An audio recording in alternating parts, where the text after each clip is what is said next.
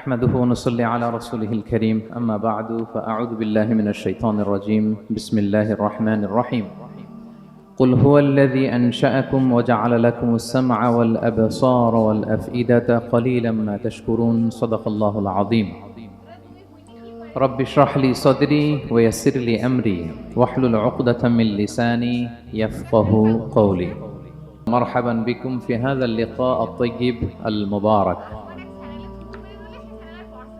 আমরা শুরুতেই আল্লাহ রাব্বুল ইজ্জাত জালালের দরবারে শুকরিয়া জ্ঞাপন করছি যে আল্লাহ তাআলা তো সম্মানিত শুধু আমি সূরা মুলকের 23 নম্বর আয়াত তেলাওয়াত করেছি। এই 23 নম্বর আয়াতে এই আয়াতে আল্লাহ তাআলা আমাদেরকে স্পেশাল তিনটা ব্লেসিংস দিয়েছেন, তিনটা নেয়ামত দিয়ে ধন্য করেছেন।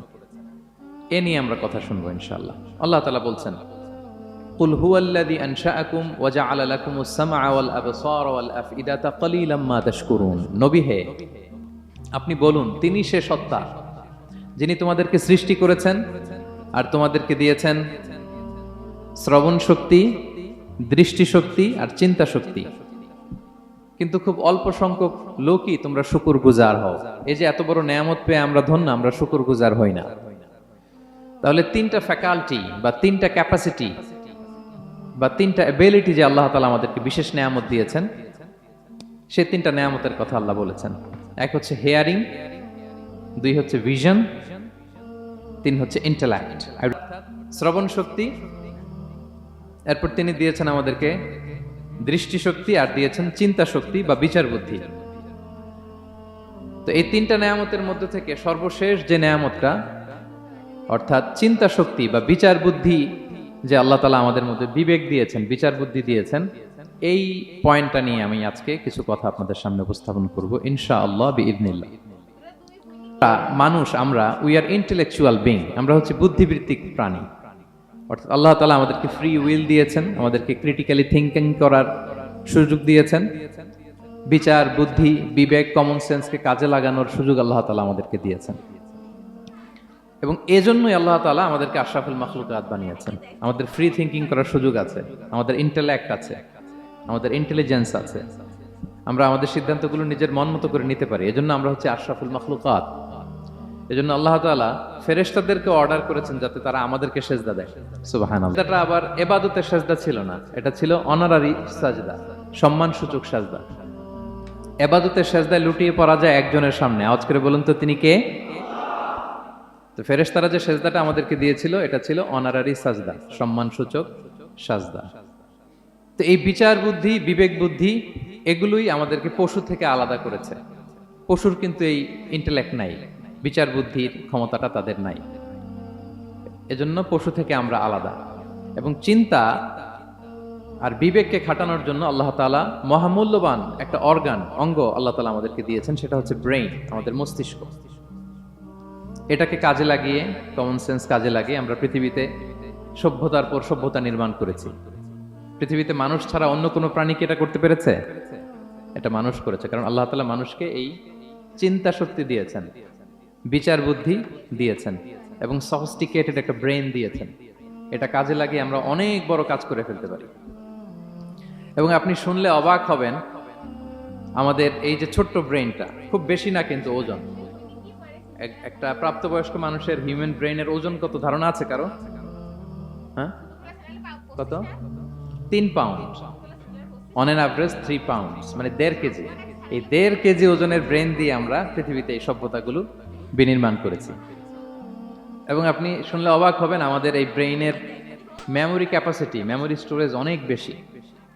বিজ্ঞানীরা গবেষণা করে ওনারা জানিয়েছেন যে আমাদের হিউম্যান ব্রেইনের মেমোরি হচ্ছে 2.5 পেটাবাইটস।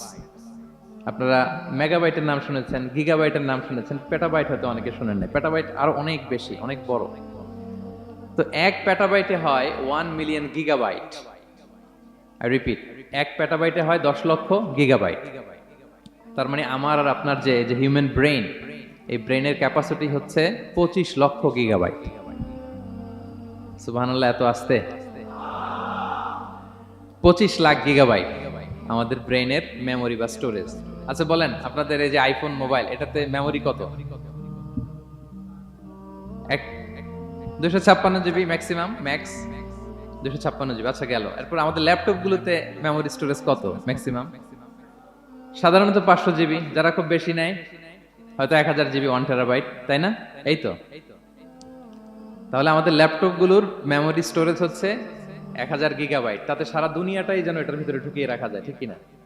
কিন্তু আল্লাহ তাআলা আমাদেরকে যে দয়া করে ব্রেন দিয়েছেন, এটার মেমোরি ক্যাপাসিটি হচ্ছে 25 লক্ষ গিগাবাইট। আল্লাহু আকবার। এবং আপনি শুনলে অবাক হবেন, এই ব্রেনের ভিতরে আল্লাহ তাআলা অনেক নিউরন দিয়েছেন, মানে স্নায়ু কোষ, যে নিউরনগুলো ব্রেনের মেসেজগুলো, ইনফরমেশনগুলোকে ট্রান্সমিট করে। আমাদের ব্রেইনে এই স্নায়ু কোষের সংখ্যা বা নিউরনের সংখ্যা মোর দেন 100 বিলিয়নস, মানে 10,000 কোটিরও বেশি। তো আমরা যত বেশি চিন্তা করি, যত বেশি ব্রেইন খাটাই, আমাদের এই স্নায়ু কোষগুলোর মধ্যে সংযোগায়ন বাড়ে, মানে নিউরন কানেক্টিভিটি বাড়ে। এই ব্যাপারে পৃথিবীতে সবচেয়ে বড় স্পেশালিস্ট হচ্ছে ডক্টর হার্বার্ট বানসন, হার্ভার্ড ইউনিভার্সিটির একজন অ্যাসোসিয়েট প্রফেসর। তো তাকে জিজ্ঞেস করা হয়েছিল মানুষের এই নিউরন কানেক্টিভিটি সর্বোচ্চ কত হতে পারে, একজন মানুষ যত চিন্তা করুক, যত ব্রেন খাটাক, কত হতে পারে। তো সে গবেষণা করে বলেছিল 25-এর ডান দিকে 30টা শূন্য বসালে যত হতে পারে, একটা মানুষের মাথার স্নায়ুগুলোর সংযোগায়ন বা নিউরন কানেক্টিভিটি ঠিক তত হতে পারে। 25-এর ডান দিকে কয়টা শূন্য? 30টা। এটা আমি কি দিয়ে বলবো? হ্যাঁ, million, billion, trillion, zillion, pillion, octillion সব ছাড়িয়ে যাবে। আচ্ছা, সংখ্যাটা কত বড় আমি একটু উদাহরণ দিয়ে বলি। আমরা যে কম্পিউটারের দোকানে গেলে প্রিন্টিং করি না, A4 সাইজের কাগজ আছে না? একটা হিউম্যান ব্রেইনে যত পরিমাণ নিউরন কানেক্টিভিটি হতে পারে, তত পরিমাণ সাদা কাগজ যদি আপনাকে দেয়া হয়, A4 সাইজের সাদা কাগজ দিয়ে যদি বলা হয় যে এটা টেবিলের উপর রাখেন, ইন্টারন্যাশনাল ইয়ুথ সেন্টারের এই টেবিলের উপর এই কাগজগুলো রাখেন, আপনি কাগজগুলো রাখতে শুরু করবেন। কাগজের স্তূপ উঁচু হতে হতে হতে হতে এই টাওয়ার ছাড়িয়ে, আকাশ ছাড়িয়ে, বাতাস ছাড়িয়ে, মহাকাশ স্টেশন ছাড়িয়ে, নাসার বিজ্ঞানীদের নাগালে আসা প্রথম আকাশের যত দূর বিজ্ঞান যেতে পেরেছে, এই যে জেমস ওয়েব টেলিস্কোপ 34 কোটি বছর আগের ছবি, স্থির চিত্র আমাদেরকে পাঠিয়েছে, যত দূর মানুষের নাগালে এসেছে, কাগজের স্তূপ এরকম উঁচু হতেই থাকবে, তারপরেও অনেক কাগজ আপনার হাতে থেকে যাবে। তার মানে কি পরিমাণে নিউরন কানেক্টিভিটি আমাদের ব্রেনে সম্ভব। তো এখন দ্য কোশ্চেন রাইজেস, প্রশ্ন হচ্ছে আমরা আমাদের ব্রেনকে ওইভাবে খাটাই কিনা, ব্রেনটাকে কাজে লাগাই কিনা।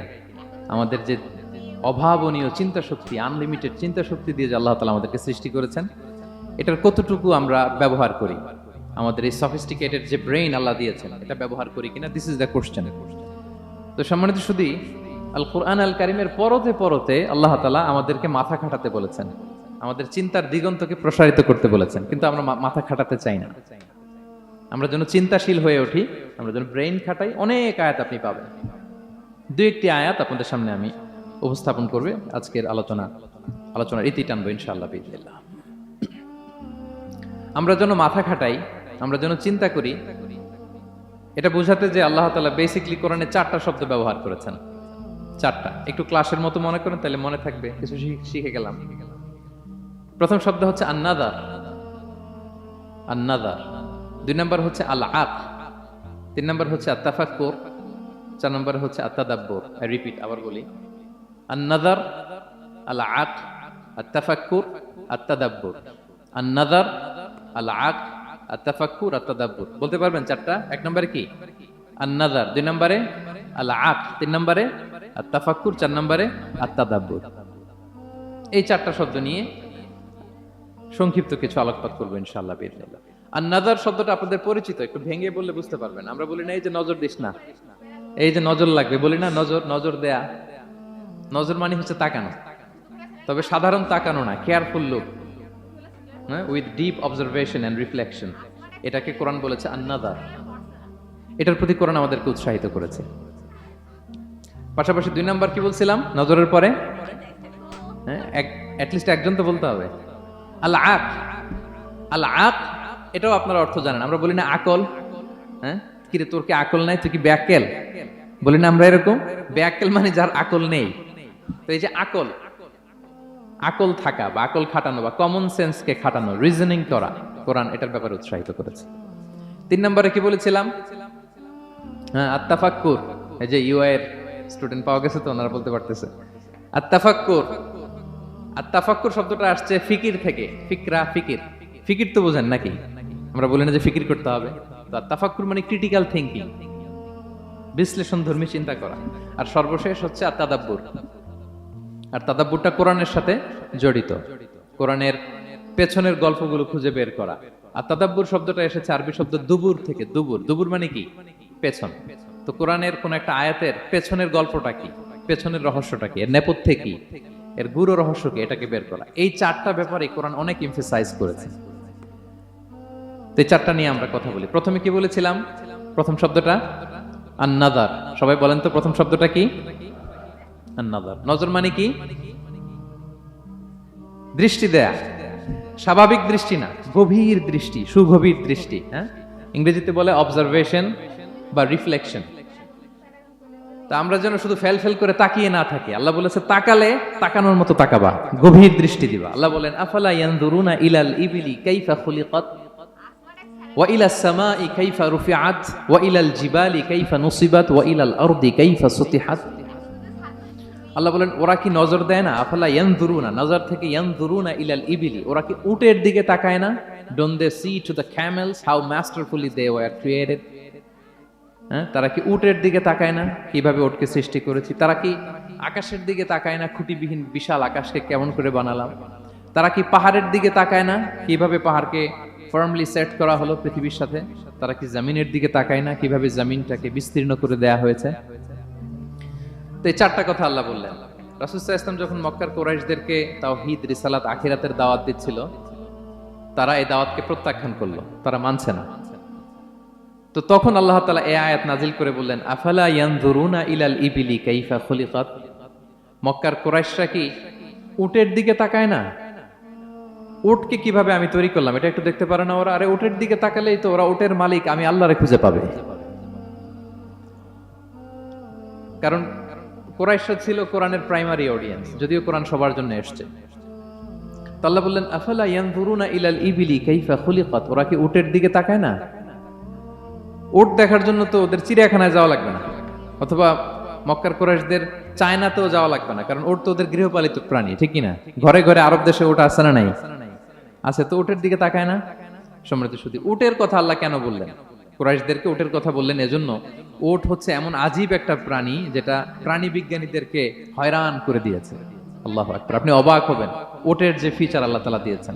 মক্কার লোকেরা উটের গোশত খাইতো, উটের দুধ খাইতো, উটের চামড়া দিয়ে দ্য ফাইনেস্ট লেদার, দামি লেদার তারা বানাতো। উটের উপর মাল নিয়ে বোঝাই করে মরুভূমি এক প্রান্ত থেকে আরেক প্রান্তে পাড়ি দিত, নিজেরা উটের উপর রাইডিং করত। এবং উট হচ্ছে এমন প্রাণী যেটা একসাথে 1 মাস না খেয়ে বেঁচে থাকতে পারে। 1 মাস পানিও খাওয়া লাগবে না, খাবারও খাওয়া লাগবে না। সুবহানাল্লাহ পড়বেন না? এট এ টাইমে একটা উট, প্রাপ্তবয়স্ক একটা উট একসাথে 200 লিটার পানি খেয়ে ফেলতে পারে। এবং উটের পেটের ভিতরে একটা স্পেশাল ওয়াটার চেম্বার আছে, ওই চেম্বারে রেখে দেয়, খেয়ে ওইটারে পাঠায় দেয় না ওদের কিডনিতে। 200 লিটার পানি একবারে খেয়ে স্পেশাল চেম্বারে রেখে দেয়, যখন লাগবে ওইখান থেকে নিয়ে নিয়ে বেঁচে থাকে। 1 মাস না খেয়ে বেঁচে থাকে কি করে? উটের পিঠে দেখবেন একটা কুজ আছে, একটা উঁচু উটকে যদি কল্পনা করেন, উপরে একটা কুজ আছে না? এই পুরো কুজটা হচ্ছে চর্বির আধার।